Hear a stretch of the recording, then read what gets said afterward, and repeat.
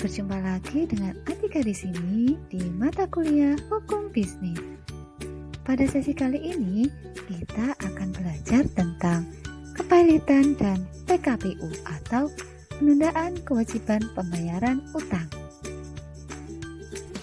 Tujuan pembelajaran dari topik kepailitan dan PKPU pada sesi kali ini adalah memahami konsep dasar kepailitan dan PKPU, memahami dasar hukum kepailitan dan PKPU, menjelaskan perbedaan antara kepailitan dan PKPU, menjelaskan mekanisme kepailitan, dan menjelaskan pihak yang terlibat dalam pengurusan harta pailit.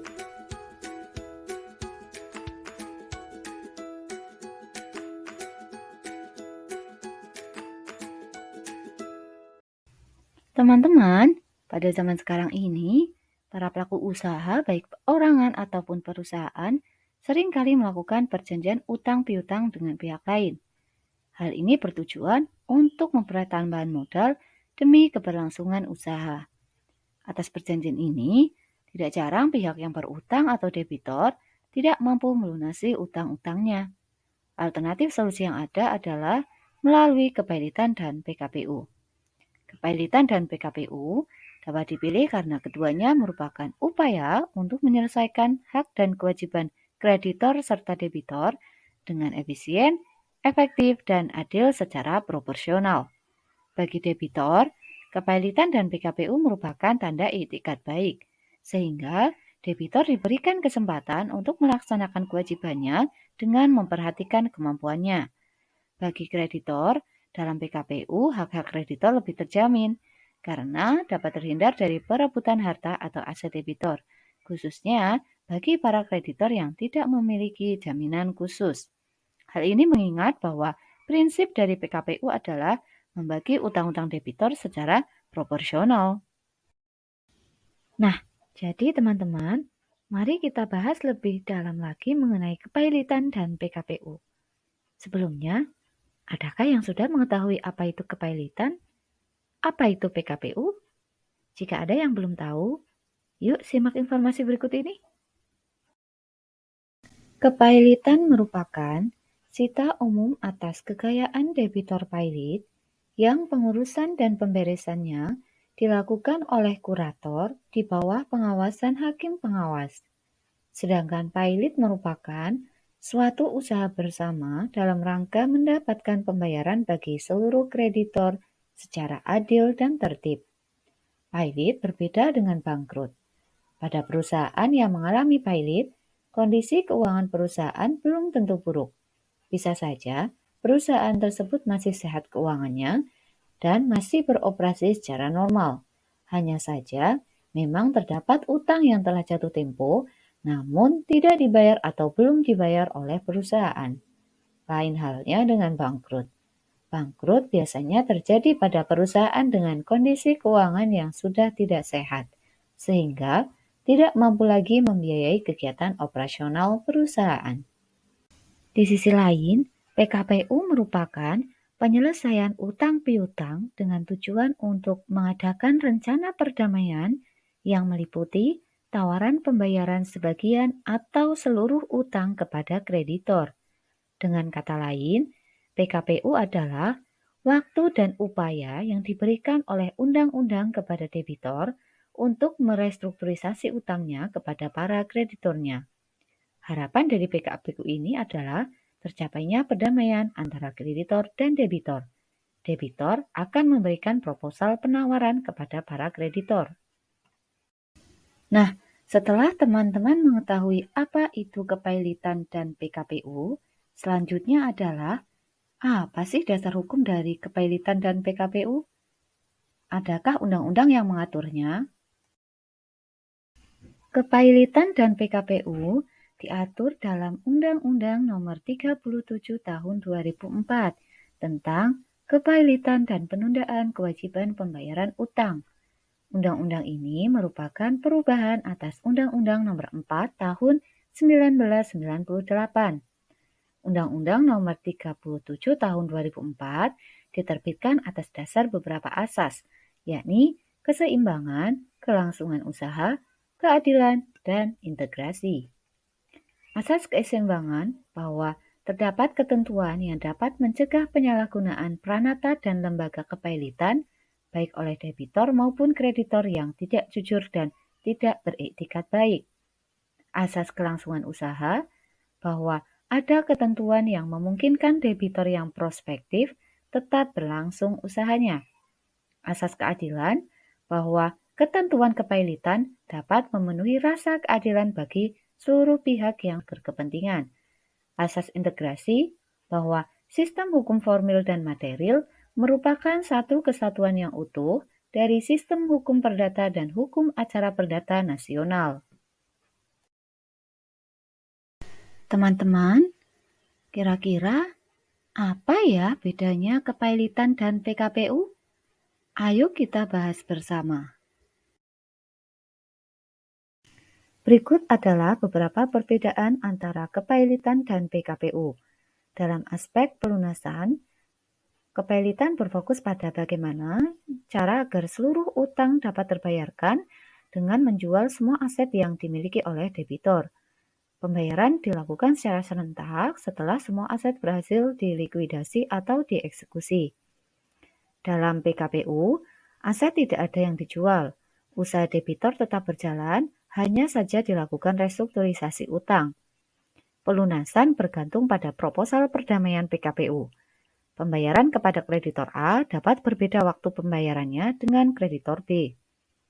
Dalam aspek pihak yang bertanggung jawab mengurus dan membereskan, di kepailitan ada kurator, yakni bertugas dalam hal pengurusan dan pemberesan. Sedangkan di PKPU ada pengurus, yakni bertugas dalam hal pengurusan. Dalam aspek kewenangan debitor, di kepailitan debitor hilang kewenangannya dan kewenangan sudah berpindah tangan atau dipegang oleh kurator. Dalam PKPU, debitor masih memiliki wewenang untuk melakukan pengurusan hartanya selama memperoleh persetujuan dari pengurus. Dalam hal putusan kepailitan adalah 60 hari, sedangkan putusan PKPU adalah 20 hari. Dalam aspek jangka waktu penyelesaian, di kepailitan, setelah diputuskan pailit di pengadilan niaga, maka tidak ada batasan waktu tertentu untuk penyelesaian proses kepailitan. Sedangkan dalam PKPU, jangka waktu penyelesaian, batas waktu PKPU atau pengajuan proposal perdamaian hanya 270 hari terhitung dari pembacaan putusan PKPU sementara. Dalam aspek upaya hukum, di kepailitan, atas putusan pailit dapat diajukan kasasi ke Mahkamah Agung. Selain itu, atas putusan pailit yang telah berkekuatan hukum tetap, dapat diajukan peninjauan kembali ke Mahkamah Agung. Di PKPU, upaya hukum atas putusan PKPU tidak dapat dilakukan upaya hukum apapun. Nah, teman-teman, setelah mengetahui perbedaan antara kepailitan dan PKPU, mari kita bahas lebih dalam mengenai mekanisme kepailitan dan PKPU. Berikut ini adalah alur mekanisme kepailitan di Pengadilan Tingkat 1 yang dilansir dari Pengadilan Negeri Kota Surabaya.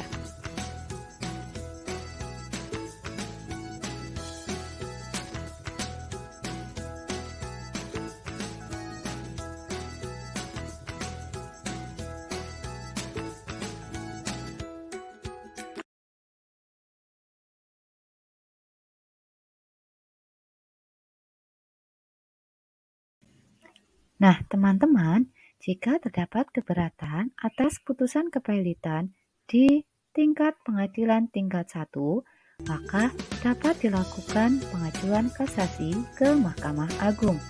Berikut adalah alur mekanisme kasasi.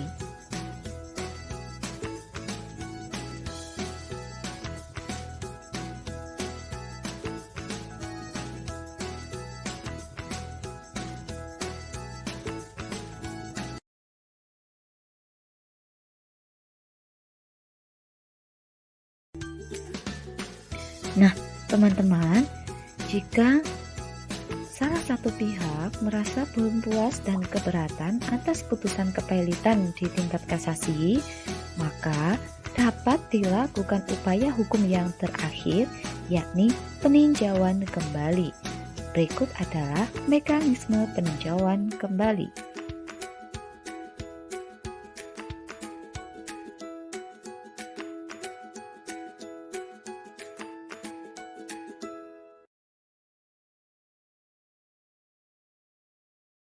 Nah, setelah teman-teman mengetahui alur mekanisme dari kepailitan, baik di pengadilan tingkat 1, kasasi, ataupun peninjauan kembali, maka mari kita bahas lebih lanjut mengenai pihak-pihak yang terlibat dalam pengurusan harta pailit.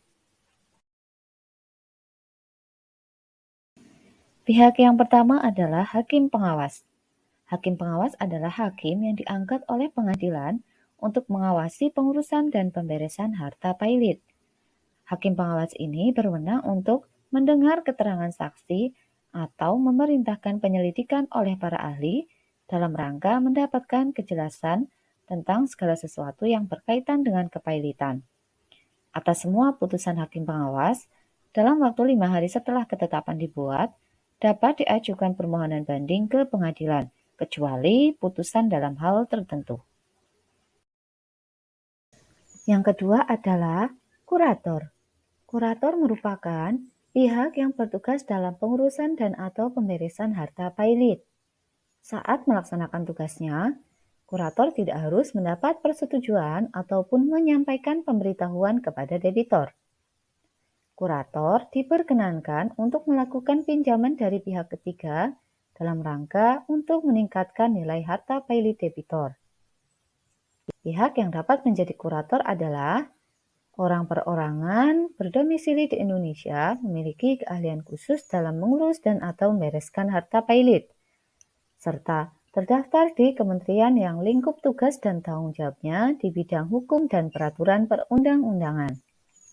Tanggung jawab seorang kurator adalah bertanggung jawab atas kesalahan atau kelalaian dalam tugas pengurusan dan pemberesan yang menyebabkan kerugian harta pailit, serta menyampaikan kepada hakim pengawas mengenai keadaan harta pailit dan pelaksanaan tugasnya setiap 3 bulan. Yang ketiga adalah panitia kreditor. Mengenai panitia kreditor, pengadilan dapat membentuk panitia kreditor sementara terdiri dari 3 orang dengan maksud memberikan nasihat kepada kurator. Jika pencocokan utang telah selesai, hakim pengawas wajib menawarkan kepada kreditor untuk membentuk panitia kreditor tetap. Jika panitia kreditor membutuhkan data-data mengenai kepailitan, kurator wajib memberikan keterangan yang diminta. Jika diperlukan, panitia kreditor bersama dengan kurator dapat mengadakan rapat untuk memperoleh nasihat bagi kurator. Nah, teman-teman, pada sesi kali ini kita telah membahas tentang kepailitan dan PKPU. Teman-teman sudah tahu apa itu pengertiannya, bagaimana dasar hukumnya, apa yang membedakan keduanya, alur mekanisme prosesnya, dan pihak-pihak yang terlibat dalam pengurusan harta pailit.